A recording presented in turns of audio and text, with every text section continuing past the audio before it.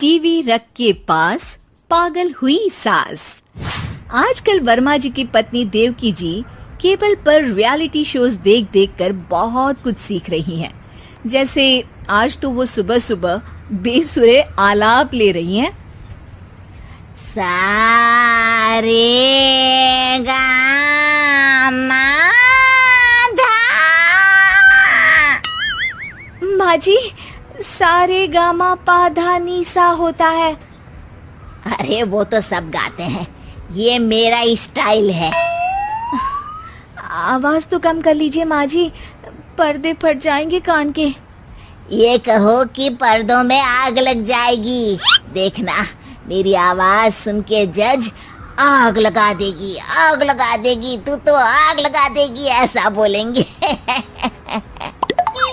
सरिता वहां से परेशान होकर चली जाती है और सास रियाज जारी रखती है। सारे गाओ, सारे नाचो।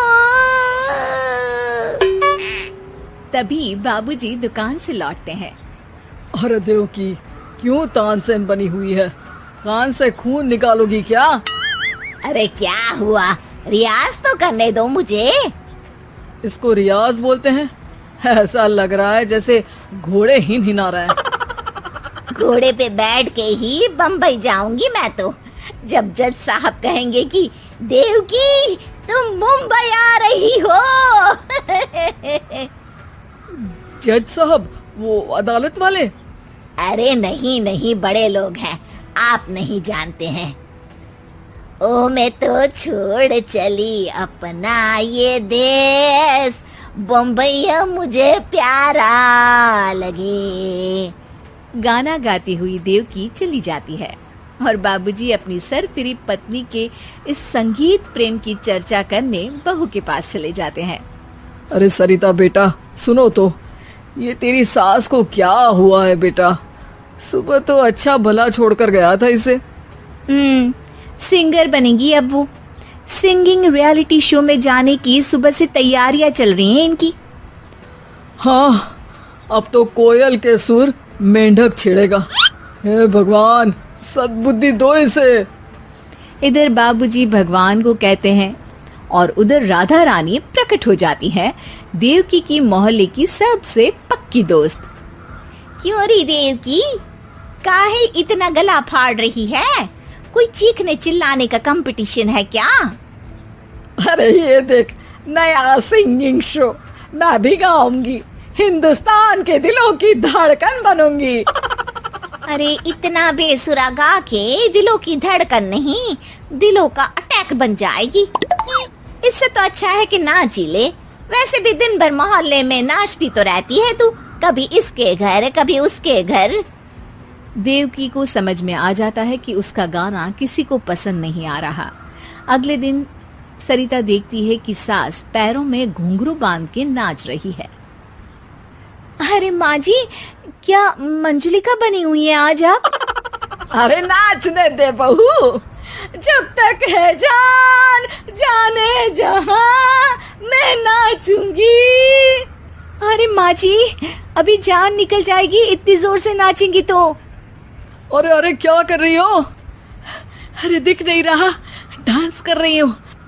अरे जैसी तुम्हारी हरकत है, तुमको तो नागिन डांस करना चाहिए। वो भी करूंगी, भांगड़ा भी करूंगी। देखना, जज मुझे देख के स्टैंडिंग ओवेशन देंगे।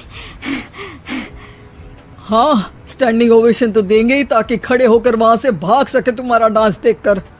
अरे कुछ ढंग की चीज करो, ये रोज क्या नया शुरू कर देती हो? सास को लगता है कि उसका डांस का सीन भी बिगड़ गया।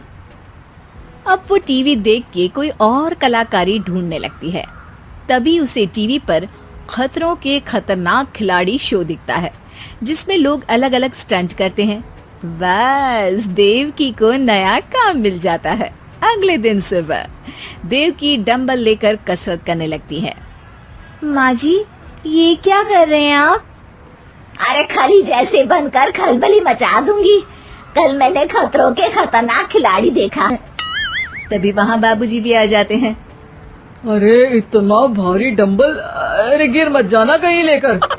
अरे चुप करो, तुमसे कुछ नहीं होता इसका मतलब ऐसा नहीं कि मुझसे भी कुछ नहीं होगा। मैं तो खतरों के खतरनाक खिलाड़ी में जाने वाली हूँ। हाँ, मैं तो इस शो में तभी गया था जब तुमसे शादी हुई थी। तुमसे शादी करना भी खतरों के खतरनाक खिलाड़ी में जाने से कम थोड़ी ना। अब चुप भी रहिए। अरे बहू, वो भारी वाला डंबल उठा कर ला तो। अरे नाना माँ जी, आप संभाल नहीं पाओगी। अरे मैंने टीवी में देखा था, एक आदमी कार उठा लेता है, इतना तो मैं उठा ही सकती हूँ ना। बहू घबराते हुए भारी वाले डंबल माँ के हाथ में दे देती है। जैसे ही माँ दोनों हाथ ऊपर करती है, पूरे शरीर का बैलेंस बिगड़ जाता है और वो पीछे की तरफ गिर जाती है। डंबल जाकर टीवी में लगता है और टीवी फूट जाती है। माँ जी, उठिए माँ जी। बाबूजी बहुत तेज हंसने लगते हैं। बाबा बाबा, टीवी और बीवी दो टेंशन थे मेरे, आज एक कम हो ही गया। बहू भी सास को उठाते उठाते इस बात पर ताली बजाकर हंसने लगती है और देवकी फिर से गिर जाती है। और इस बार देवकी भी अपनी बेवकूफी पे हंसी रोक नहीं पाती।